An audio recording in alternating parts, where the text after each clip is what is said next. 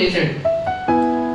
సంసోను చూడండి, ఆల్రెడీ దేవుడు పిలుచుకున్నాడు, దేవుడు అతనికి గిఫ్ట్ ఇచ్చాడు, ఏంటి ఇజ్రాయెల్కి న్యాయాధిపతిగా ఉండాలని. తర్వాత దేవుడు అతన్ని ఏర్పాటు చేసుకున్నాడు, నాజీరు చేయబడ్డాడు, సెటప్. సంసోను కూడా ఆల్రెడీ చూశాడు సౌలు లైఫ్. కానీ 3 పనులు చేశాడు. చదువుతారండి. సౌలు వెంట్ ఫెయిల్ స్టూడెంట్, ఎక్కడికైతే వెళ్ళకూడదు అక్కడికి వెళ్ళాడు. ఎక్కడికి వెళ్ళాడు? తిమ్నాథ్కి వెళ్ళాడు. అక్కడ అవసరం లేదు. ఒక అమ్మాయిని ఇష్టపడ్డాడు, వెళ్ళిపెట్టాడు. అది ఎక్కడ? ఫిలిస్తీన్ దేశం. అవసరం లేదు, అన్ని రావు. కానీ సంవత్సరం వెళ్ళాడు.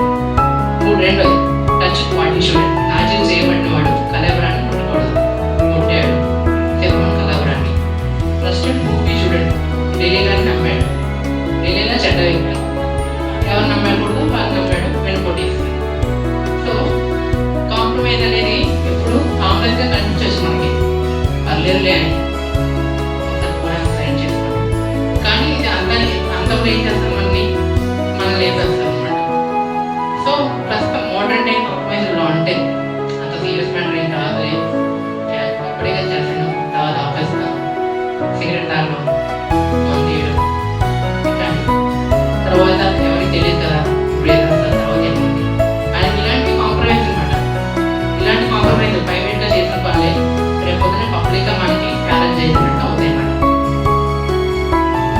సో కాంప్రమైజ్ అనేది, కాంప్రమైజ్ యొక్క ప్రైస్, దాని యొక్క కాస్ట్ అనేది, అది ఏదైతే మనం అనుకుంటామో దానికన్నా చాలా తీవ్ర పర్యవసానాలు దారితీస్తుంది అనమాట. మరి సొల్యూషన్ ఏంటి కాంప్రమైజ్కి? కాంప్రమైజ్ ఎందుకు వస్తుంది? అది సొల్యూషన్ అనుకుంటాం కదా. ముందు సొల్యూషన్ కావాలంటే మనం క్వశ్చన్ చేసుకోండి, కాంప్రమైజ్ ఎప్పుడు వస్తుంది, దేనిలో వస్తుంది? కాంప్రమైజ్ ఇప్పుడు మాట్లాడుతున్నాం. కాంప్రమైజ్ అనేది మన కన్విక్షన్ వీక్గా వస్తుంది. కాంప్రమైజ్ అనేది, సో మన యొక్క కన్విక్షన్ అనేది స్ట్రాంగ్గా ఉండాలి. చూస్ కన్విక్షన్ ఓవర్ కన్వీనియన్స్, లేదా చూస్ కన్వీనియన్స్ ఓవర్ కాంప్రమైజ్. ఓకేనా? సో ఇప్పుడు రెండు చూసాం మనం, కంపారిజన్, కాంప్రమైజ్. కంపారిజన్ అంటే దేవుని నుంచి మనం ఫోకస్ షిఫ్ట్ చేసేస్తుంది. రెండోది కాంప్రమైజ్ అనేది కన్విక్షన్ నుంచి రీచ్ చేస్తుంది, దేవుని కన్విక్షన్ నుంచి. సో మూడోది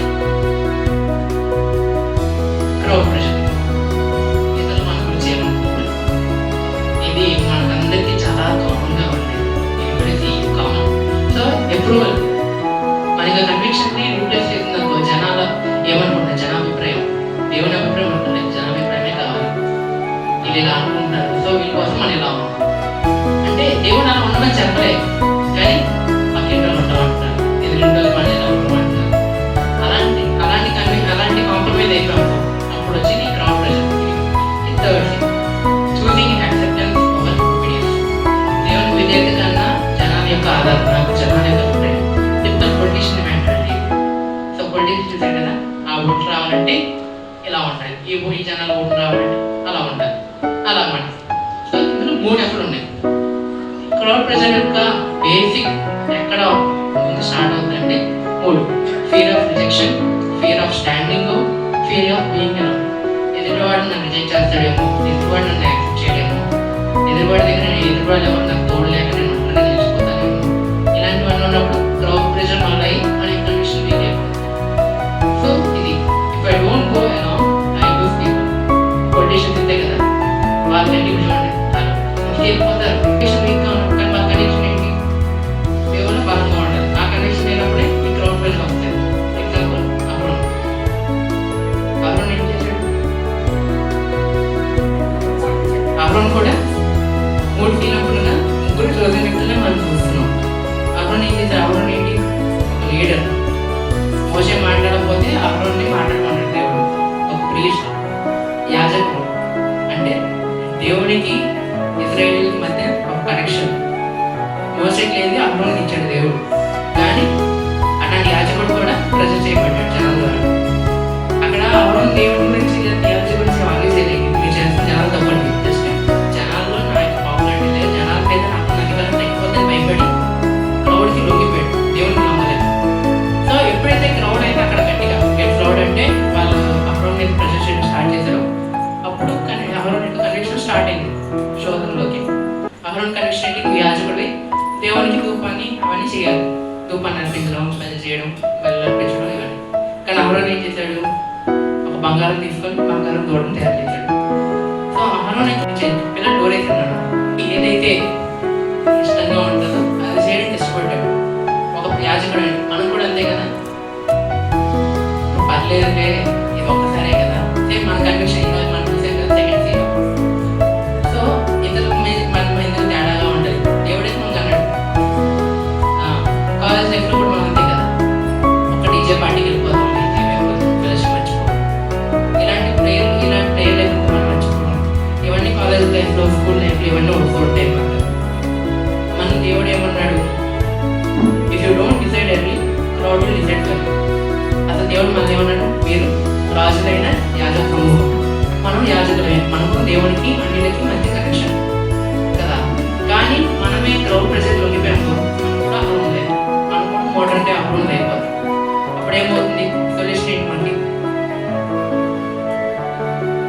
fear God more than people. దేవునికి ఎప్పుడైతే భయపడతామో క్రౌడ్ ప్రెజర్ మంచిగా వెళ్తున్నాం. అప్పుడు మన కన్విక్షన్ అనేది స్ట్రాంగ్గా ఉంటుంది. అప్పుడు మన ఇతరులతో కంపేర్ చేసుకోవాలి. సో నువ్వు చూసినప్పుడు ఒకసారి కంపారిజన్ అనేది మన దేవుని యొక్క ఫోకస్ నుంచి మనం షిఫ్ట్ చేస్తాం, గురి యొద్దకు పరిగెత్తకుండా చేస్తాం. తర్వాత కాంప్రమైజ్ మన యొక్క కన్విక్షన్ని తీసేస్తుంది. అప్పుడు జనాల యొక్క ప్రెషర్, క్రౌడ్ ప్రెషర్ అనేది మనలోకి వస్తుంది. దేవునిపై పూర్తిగా లేకుండా మనం నాశనానికి గురవుతాం అన్నమాట. సో ఇప్పుడు ఏవైతే ఉండకూడదు అవి చూసాం. మరి ఏమి ఉండాలి, ఏ సీన్ ఉండాలి మనం అంటే, first choosing the right one. Choosing not just closing, ఏదో ఉన్నాం కదా గాలికి ఇది గో విత్ ద ఫ్లో అంటారు కదా, అట్లా మనం ఉండకూడదు. గో విత్ ద ఫ్లో కాకుండా ఏదైతే రైట్ ఆన్సరో, ఏదైతే రైట్ డెసిషనో అది మనం పికప్ చేసుకోవాలి. అప్పుడు మనం కరెక్ట్గా ఉంటాం. రెండోది క్రియేటింగ్ స్టిల్నెస్, దేవుల్లో నిలకడగా ఉండడం. ఇవి ఉన్నప్పుడు మన ఇద్దరితో కంపేర్ చేసుకో, ఇద్దరితో ఇది కాంప్రమైజ్ అవ్వం, జనాల యొక్క ప్రెజర్కి మనం లొంగం, మన కన్విక్షన్ కూడా స్ట్రాంగ్గా ఉంటుంది.